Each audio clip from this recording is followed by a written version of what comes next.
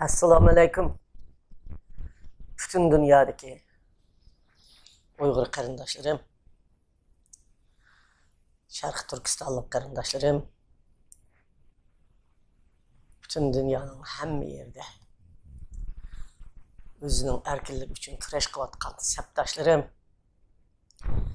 vatanning ichida, turmada, lagerda, azon qulluqda, oilada, surgunda, har xil doktorxonalarda, qiynashda, sinoqlarda, harbiy ichiga aktivotgan norasida bolalar degandek bütün hammanglarga samimiy salom, oliy ehtirom.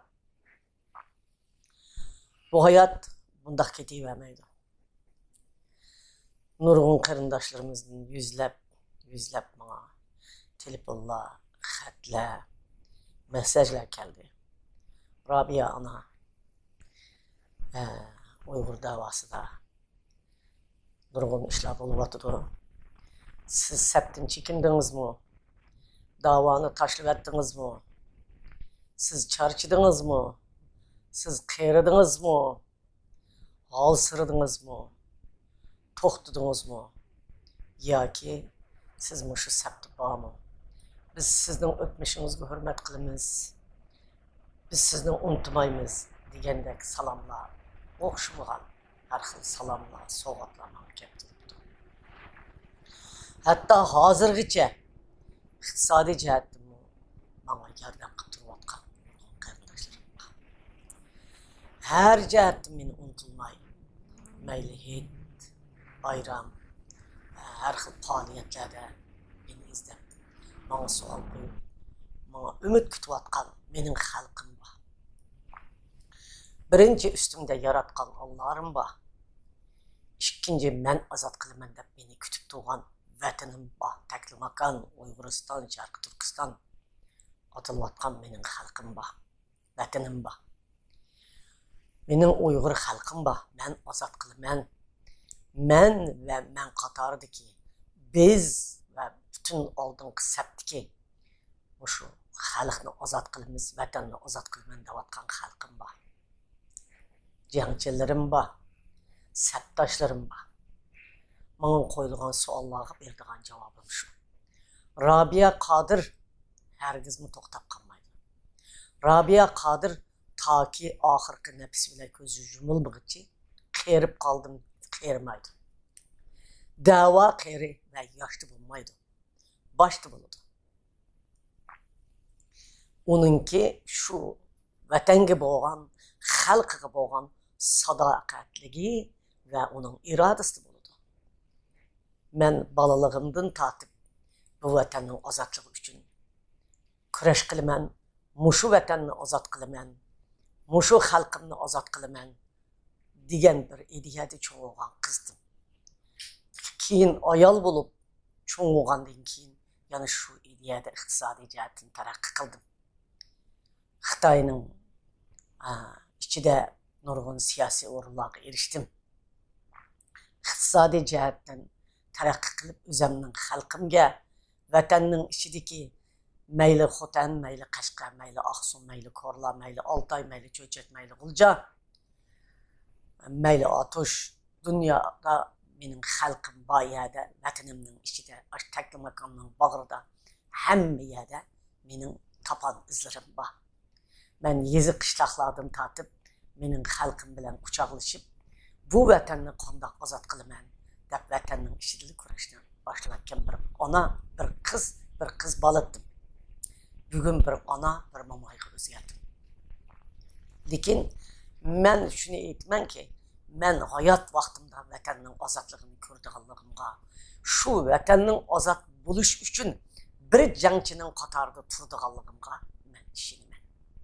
Vatanni ozod qilgan bir jangchilarning qatorida, yoki bir rahbarlarning qatorida, yoki bir onalarning qatorida, yo bir qizlarning qatorida Nuzgul, Barxinim, Rizvangul, 7 ayning 5idagi Seriq Maykilik o'g'il bilan tug'ilgan ko'k maykilik qiz tank oldida tug'ilgan onalarning birisi bo'lganligimga ishonaman. Men xalqimni ozod qilaman. Ozod qilamiz men ve mening sabtaşlarım Xitoy qanchalik jasuslarni chiqarib, Xitoy qanchalik Tunjanboning birlik sapning adamlarini dunyoga ratlab kirgizib etsin. Xitoy oramizda qandoq ma'lumotdan qilib etsin. Xitoy qandoq tashkilotlarni qurib, qandoq nimalarni qurib sapga chiqarib etsin. Et ulug' spurs quruqlarni maydonga chiqarib etsin. Lekin bular maydonni ep bo'ldik deb tush ko'ryapti. Hergiz Uyg'urning inqilobchilari tugab ketgani yo'q. Ölüp qolgani yo'q. Aqldan ezib qolgani yo'q. Bular savr qila oladi, sukut tura oladi, maydonni nazorat qila oladi, ko'ra oladi, kurashga otlana oladi. Bu maydon 36 milyon Uyg'ur xalqining ozodligini kutib turibdi. Mening Uyg'ur xalqim, mening vatanim. Bütün dünyadaki muşu davanın adil buluşuğa, muşu dünyanın pakiz buluşuğa teşna buluvatkan halkım. Pak adamlarının aldığı çıkıp, Esed xorlarının pul tep kaçlaydıgan Uygur davasını şirketke aylandırıp ağalarının, Uygur davasını özünün şöhretine aylandırıp ağalarının, şahsi mülküge aylandırıp ağalarının, Uygur davasını özü turuvatkan yeğenin, İçideki imtiyazlardan paylanıp halkın monopoliya kılvatkanlarının koludan birinci Xitay'nın kolundan kutulup vatanını müstakil kılsak, ikinci çet eldeki Xitay çomakçılarının kolundan kutulsak diyen halkım işencinliğini yok atmanlar. Ola 1% gibi bağmaydı, 0% gibi bağmaydı. Gerçi hazır bayraklarını lepildetip, muş fırsatlarda halkımızdan kaymukkan, halkımızdan dert boğan, halkımızın özünün hissiyatı cihetten çiçilangı boğan, nemi kılışını bilmegen, tentirigen, tinigen ve iktisadi cihetten veyran boğan, muşundak bir vaxtlardan paylanıp, arlıklığa gelip, menin halkımı mezhar kılıp, közüge ilmay aldığı çıkıp, halıgançı işlerini kılıp, halıgançı dep, halıgançı paylanıvatkanda görüngen bilen, o şundak suyunun küküdek yok getirdi. Kök kanda payda olsa şundak yokaydı. Vatanda ta ki Mancu besivağandan tartıp hazırgıca Uygur'un kurashlarida qanğı milengen kahramanlarımızın royu biz bilen aşağı tikilip muşundaq turdu. Allah bizge yol açıdı. Biz bu sapki çıkımız. Bu sapni kütüp tuğan, tazlayman davatkan nur gulları süpügünü koluğa elip, tohmaklarını koluğa elip, kalemlerini koluğa elip kütüp durmadıdı. Ula hatta bizim bu kışımız mı? Kütmey Allah'ın adalet şamılı bilen uçup yurtulup gidiyordu. Halkımızın ahuzarı, lagırda yetivatkallarının ahuzarı, turmuda ölüvatkallarının ahuzarı, muşu küçük balılarının aç ezan kullukta kıyınlıvatkan kızlarımızın çiğkıraşlarının şamalları bulanı süpürüp taşlaydı. Bulanın hiç kaysı hatırcam emez. Şunu aç çıkıverip ağzını kelgen cehenneme işlerini patır. Demişka özülünün su töpüsteki kübüktek kanda komusun halkının adalet avazı bilen süpürülüp getirdiğini. O şamalıyla uçup aç kara hangdan kanda çıkan bolsa birlik sepki şunda kayıp getirdiğini özü bildi. Ula aldığı çıkıp hazır kandak malumattan kısın. Yürüge titrep durdu. Özü işetmeydi. Özüden özü korkudu. Kölengistin korkudu. Yenideki dostlardan korkudu. Etrafındaki halktan korkudu. Adaletten korkudu. Allah'ın birliğinin hükümünden korkudu. Vatanımdaki çıkıravatkan halkının kısasıdan korkudu yana.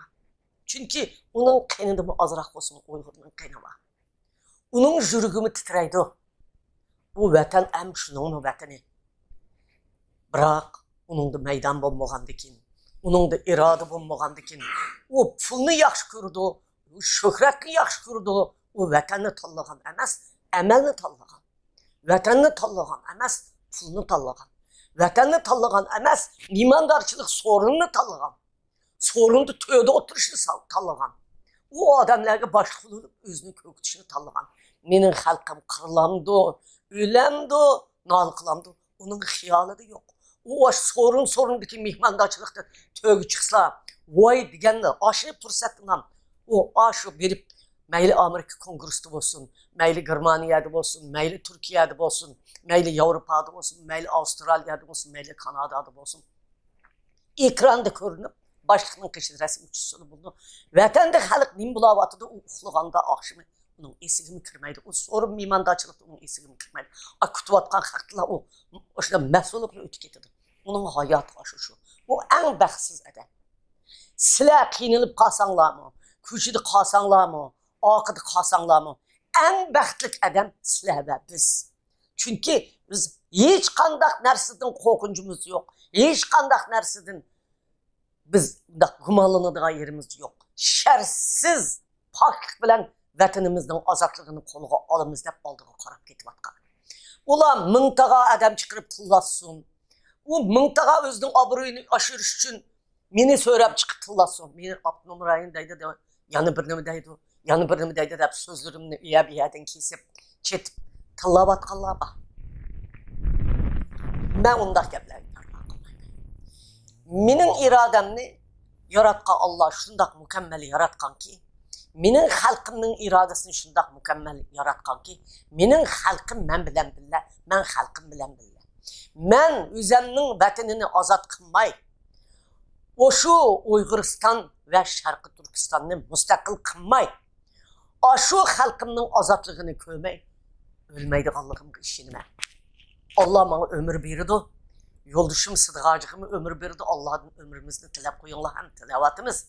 Çokum biz vatanımızga bayrağımızı sizler bilen birge verip tikip bütün Uygur halkı bilen kucaklaşıp anadaki vatanımızdan tutukda amanetle tapşırırız. Ben hazır şundaki iktidarım var. Şunçilik salametliğim yaxşı. Şundaq tayarlıq vatı mən. Meyli Seyit'im Türk olsun, meyli başqalar olsun, səbdaşlarım hem biz kütüp durupdu. Həmisi bilen yani biz özümüzden kolumuzdan kəgənini qılıvatımız. Nurgunu şərayətlər bizge naiti tətir kəgən tərəfləri var. Çünkü bizge 1 milyarddan artıq adamını başqırıvatqan Xitay dövləti bir top birlik səp bilen hücum qıvatıdı. Dünyanı titirtip dünya bilen ilişivatqan Xitay dövləti bilen biz qarama qarşı keladimiz. Şunun için ben bununla içim pişmaydı, əfsunlanmayım mən. Hər bir iştim məğrurlu mən çoxum çıxıb, sizlər bilən bir səbdə körəş qılamam. Rəhmət sizlərə, varlıq benim səbdaşlarım, kərindaşlarım, salamət bulunlar, şundaq bir milyonlarını kütüb, mağa daxil qoyunlar.